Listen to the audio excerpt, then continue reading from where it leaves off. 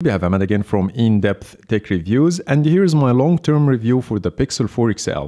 Since day one, and I've been enjoying my Pixel 4 XL and only had minor complaints when I first got my hands on the device, but as the time goes by, things get even better thanks to Google security updates and feature drops. That really enhances the experience by adding new features and solve most of the issues you may have with the device. In this video, I'm gonna share my experience with the Google Pixel 4 XL starting from the moment I touch it when I wake up in the morning until I go to bed at night. So let's see how the Pixel 4 XL did hold up, but before getting started, let's make sure to subscribe and hit the bell icon to get notified every time I post a new video. So let's jump in. I will start with the face unlock, and I consider myself a heavy user because I unlock my phone more than 110 times a day. So imagine if this process is not seamless and fast, I will definitely feel disappointed more than 100 times every day. But thankfully, the Pixel 4 XL is blazingly fast when it comes to face unlock, especially when I have the skip lock screen option turned on. I tap the screen, look at my phone, and that's it, I'm in. And when I got used to it, I feel that unlocking my Pixel 3 XL with the fingerprint feels very slow. While I didn't have any complaints about the fingerprint speed in the past, but the Pixel 4 Face Unlock changed that. Even unlocking my iPhone 11 Pro Max feels less convenient because I have to swipe up every time I unlock my phone. You can make the face unlock even faster by activating the reach to check option, which will light up your display, and activate the face unlock cameras before even touching the phone using the motion sense that I'm gonna talk about later. But to be honest, I have this one turned off because it sometimes unlocks the device without me noticing. Finally, the require eyes to be open option is here, and no more complaints about the privacy. So overall, the face unlock of the Pixel 4 is impressive and it's the best I have ever used. But with only one exception. The list of apps that support the Pixel 4 Face Unlock is not as long as the list of iOS apps. However, the list is getting bigger by time, and if you want to check all the apps, you can click the link in the description below. Now let's talk about Motion Sense. This is the second feature that Google stressed on in the advertising and the launch event of the Pixel 4. And there was a lot of mixed feelings about the feature.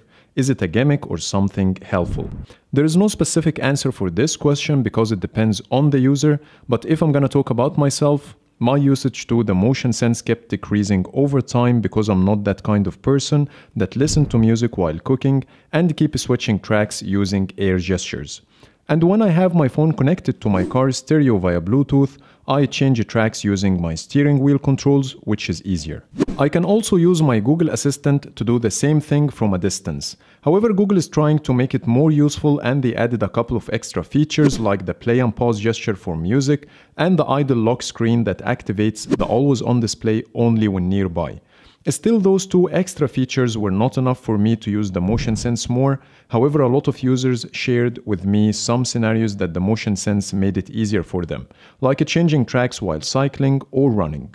But I think that Google still didn't fully utilize this powerful tool, and I'm expecting to see better gestures over time. And one of the things that I'm hoping for is a gesture for taking a selfie instead of using the volume down key, which will be more convenient. Google also can use the face unlock cameras and the motion sense together to create a feature similar to Apple's Memoji, not only to mirror your facial expressions like in the Memoji, but also your hand movements. And we saw something similar with the Pokemon Go wallpapers when you wave at them. And I think that will be a cool feature to use with Google's RCS messaging service. So overall, the motion sense is still not one of the key selling points of the Pixel 4 in my opinion, and I hope things will change in the future with software updates. Now let's talk about the display and sound of the Pixel 4 XL. Google did an incredible job when it comes to those two areas, and that makes navigating the phone, watching videos, and playing games on the Pixel 4 XL a joyful experience. The display is very sharp, detailed, produces vivid colors, and it doesn't have a notch. Not only this, but you also get a 90 Hz refresh rate, and trust me, when you get used to it and look at any other phone with a 60 Hz refresh rate, you will feel the display is a lot slower while scrolling and playing games. Something that's gonna make you want to get back to your Pixel 4 as soon as possible. Google also added the ambient EQ, and most of the time it makes everything pop out on the screen, which is nice. But beside all of these amazing display features, a lot of people had concerns about the 90 Hz was not active most of the time, and the second concern was the low brightness level that makes it hard to see the screen under direct sunlight. Those two issues were something from the past, because Google enhanced the 90Hz experience by activating it most of the time without the need to force it under developer settings, and added extra brightness that kicks in automatically under direct sunlight, which enhanced my experience with the display a lot while using the phone in direct sunlight. And when it comes to the sound, this is the second most important thing to enjoy watching content on your phone, and the Pixel 4 XL did really well here. The sound comes out of the Pixel 4 speakers is exceptional. Even when I compare it to the iPhone 11 Pro Max, the Pixel 4 XL sound is my favorite because it's louder, crisper, and I barely hear any distortion even at maximum volume. So when it comes to display and sound, for the past 6 months, the Pixel 4 XL was always good to me and I had no complaints here. Now let's talk about the battery. I have seen a lot of reviews before getting my Pixel 4 XL that made me really concerned about the battery life of this device. Even in the reviews created after 6 months, I still see reviewers complain from the battery life, and I really don't understand the point. So let me share my experience with the battery and you will be the judge. After March security update, I was getting almost 7 hours of screen on time out of 18 hours total time, and after April security update, I managed to get 7.5 hours of screen on time, which I see impressive.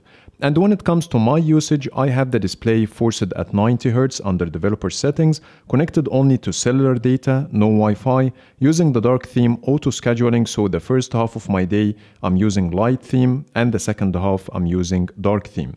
I use the phone mainly for WhatsApp chatting, watching YouTube videos, around 30 minutes to 1 hour of voice calls, using social media apps like Instagram and Facebook, and finally read articles in Google News. You can also check the Pixel owners' Facebook groups and you will see a matching experience. So I think what have been said in the YouTube reviews about the battery of this device doesn't make any sense to me. So overall, the battery of the Pixel 4 XL is more than enough to get you through the day, even if you are a heavy user, and it gets better by time thanks to the monthly software updates pushed to the Pixel devices. Now it's time to talk about the camera. And since the original Pixel, till now, Google took the mobile photography to the next level. They impressed us with the single lens portrait shots, the night sight, HDR+, super res zoom, and with the Pixel 4 we have seen the astrophotography, dual exposure, live HDR, and more. So the Pixel 4 camera experience is exceptional, and every year we get at least one feature that changes everything about mobile photography. So 8 times out of 10 the Pixel 4 will take the best morning shot a mobile phone can take, and when it comes to night shots it's 10 out of 10. And the reason I'm saying 8 times out of 10 in the morning shots is because when I compared it to the iPhone 11 Pro Max and the S20 Ultra, they sometimes produce better HDR and less noise. But that doesn't put the Pixel 4 in any bad position, because most of the time it produces the best shot that I personally prefer. And if we're gonna talk about the night shots, none of the flagships that I have seen was able to beat the Pixel 4, even if they are a lot more expensive like the S20 Ultra or the iPhone 11 Pro Max. And you can watch all my camera comparisons that include the Pixel 4 XL by checking the links in the description below. But still, the Pixel 4 missed 2 things that a lot of people wished for. Those are the ultra-wide lens and the 4K 60 frames per second video recording. For the first one, it's not easy to get ultra-wide shots from the Pixel 4 because that requires the presence of the actual hardware, or you might need to pay extra to purchase an external ultra-wide angle lens. But let me tell you that I have the iPhone 11 Pro Max for 7 months now, and I didn't use the ultra-wide lens even once, so I don't think that it will be a showstopper for you. But that's my personal opinion, and I will still consider this as a negative point towards the Pixel 4. And when it comes to 4K 60, there are rumors that the Pixel 4 will get it in the next feature drop. However, if we didn't get it, still you can use a very powerful Gcam mod called Camera PX that unlocks the 4K 60 frames per second video recording without rooting your device, and the link for the app is in the description below. So after using the Pixel 4 for 6 months, this phone is always my favorite choice when it comes to the camera. I feel so confident that it will take stunning shots regardless the lighting conditions. Now let's talk about the software, and this is the thing that got me hooked up with the Pixel line since the release of the Pixel 2, and there are a lot of reasons for that. First, you get software updates before any other Android phone, and every month Google pushes a security update that most of the time includes new features, and every few months you get what is called feature drops, which include include more interesting features that makes your Pixel always fresh and gets better by time. Secondly, the ability to get your hands on the next Android version before anyone else by registering for the beta program, which is something I've been doing for a few years now. Third, Google Apps. Any Android or iOS user at least has 1 or 2 Google apps installed on their devices, apps like Google Maps, Google Photos, YouTube, Google Lens, and more. But the best part, when you use those apps on a Pixel device, the experience is way better. Because they are the native apps of the device and you won't have any redundant apps that do the same thing like Apple Maps and Google Maps if you are an iOS user, or Samsung Gallery and Google Photos if you are a Samsung user, and so on. So when it comes to software, any device in the Pixel line will deliver the best Android experience you can get in my opinion, and the Pixel 4 is no exception. Now let's talk about the performance. And in this area, the Pixel 4 XL won't let you down. After using the phone for more than 6 months now, I didn't see it aging. However, its performance is getting better as the time goes by, due to the consistent and continuous software updates you get. And if I experienced any issues with the performance, they always get fixed in the next security update. So again, I see the performance of the Pixel 4 XL is very good and I had 0 issues for the past 6 months. Now let's talk about the design and the build quality of the Pixel 4 XL. The design overall leaned towards the simplicity, as it doesn't have a hole punch or a curved display like Samsung phones. Also, the back of the phone shared the same characteristics, just a single sheet of glass with the G logo on it. So that might not attract a lot of people, but I see it good enough. Also, I do like the slim form factor, as it makes it easier to reach the edges of the screen, and when you use a case on it, it doesn't feel so bulky. And by time, I got used to it really quick and it doesn't bother me in any way. However, the main concerns I have towards the Pixel 4 XL are related to the build quality. First, the power button. It feels like a cheap plastic and it doesn't stay in place really well, so it moves a little bit when you push it with your finger. And I do notice this more when I use my iPhone 11 Pro Max because it has more premium materials. Even the Pixel 3 XL buttons feels a lot more premium than the Pixel 4 XL buttons. Next, the back of the phone. It has 2 issues. First, it feels hollow and easy to break compared to the iPhone 11 Pro Max and the Pixel 3 XL. So listen to this.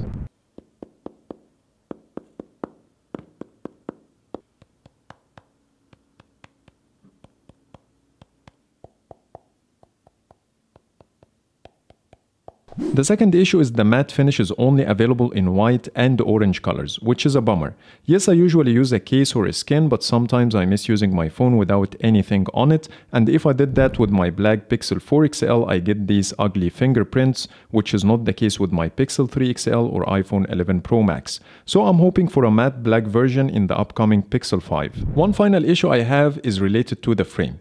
I know the frame is made from metal, but it's coated with a material that makes it feel like plastic, so you don't get this satisfying feel of cold metal when you hold the device, which I used to feel with my Pixel 3 XL. Maybe I'm a little bit picky here, but that's because I'm comparing it with other flagships I have. So overall, the design and build quality are not the best, but they don't have a major flaw that can make me decide not to buy the phone because of them. Now let's sum up everything. And the first question I asked myself is, if I return it back in time, would I still purchase the Pixel 4 XL? And my answer would be absolutely yes. Because it has a lot of things I do like and are not easy to find in one Android phone. Like the stock Android experience, first day updates, a camera that has very powerful features like the night sight, Astro Mode, dual exposure, live HDR, HDR+, super res zoom, and more. Also, the Pixel 4 XL has amazing speakers and a display with a 90Hz refresh rate in Quad HD resolution. A very fast face unlock and a very good battery that gives you 7.5 hours of screen on time at maximum resolution and refresh rate. The only thing that I advise you not to do is to purchase any Pixel device right after the release, because I bought my 128GB Pixel 4 XL for $1,000 and after a few months it's now available for $700, which is $300 difference. And this price difference can get you a very good phone nowadays. Think about the 3A or the upcoming 4A. So it's the best time to get your hands on the Pixel 4 XL because of its more affordable price, and Google already fixed most of the complaints people had at launch. So that's pretty much it. Those are my thoughts about the Pixel 4 XL after using it for more than 6 months. Please let me know your opinions in the comments below. Would you go for the Pixel 4 XL, or you will better wait for the Pixel 4a and the Pixel 5 to come out? Thank you for watching. I hope you like my video, and if you do, please hit the thumbs up and subscribe for more videos. Thank you for watching.